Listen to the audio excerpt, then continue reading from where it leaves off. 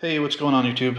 So I wanted to do a really quick video of my Tesla solar system. There's a lot of videos out there of the Tesla Solar and Powerwalls, but I also have a Tesla Electric, which is a new Tesla power company here in Texas. So it's kind of an interesting combination.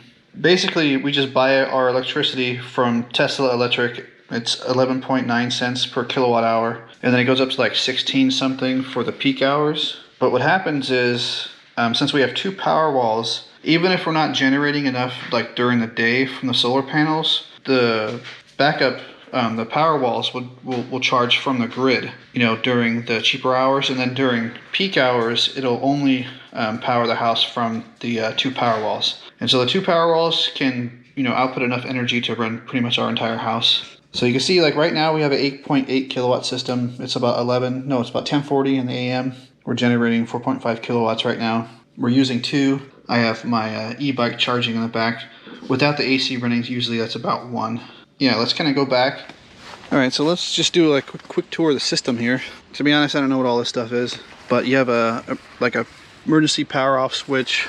This is to turn the system on and off. I think somewhere, probably in here, there's a disconnect here. I think that you could turn off the grid power and run off of the solar only.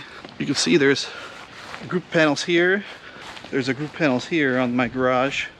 And then on the other side, there's another group, and the other side, there's another group on top of the roof here. We don't need to see them all. There's like 22 panels in total.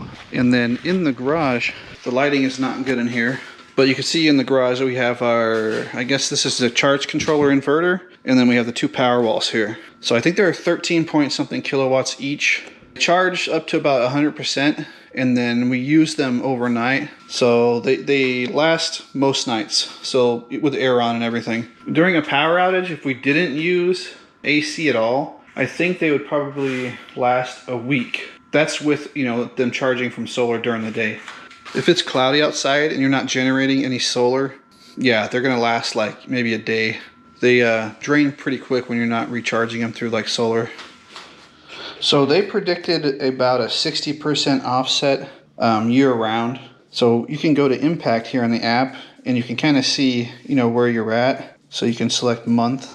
And so right now we're about a 44% offset, which is interesting because we're actually paying a lot less per month for electricity than we were before. So if we go back to Tesla Electric and we can see our first full month bill here, it's $104. So at this same time last year, we paid about $340. So this is actually a lot less. And I think it's just as hot, this year as it was last year around May, upper 80s, 90s.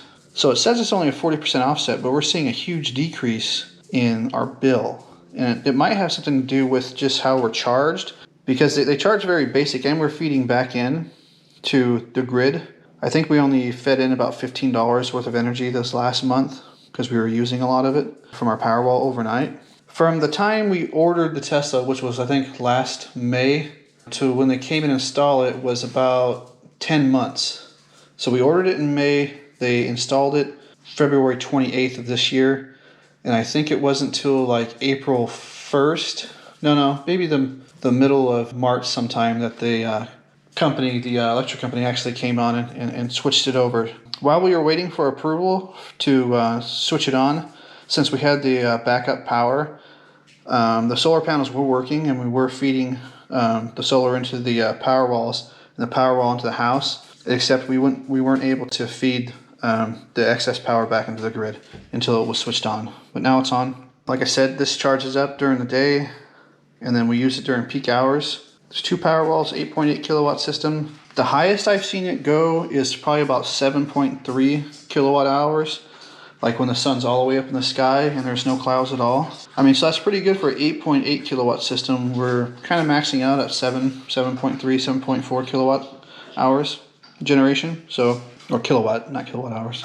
And now finally, the total cost of the system was $45,000 with the 8.8 kilowatt system and the two Tesla Powerwalls. And that's everything installed. That's permits. They had to come out and do some pre-work on our panel to upgrade the panel because it didn't meet code anymore. I guess it was too old. Hey, if you guys have any questions, let me know in the comments section.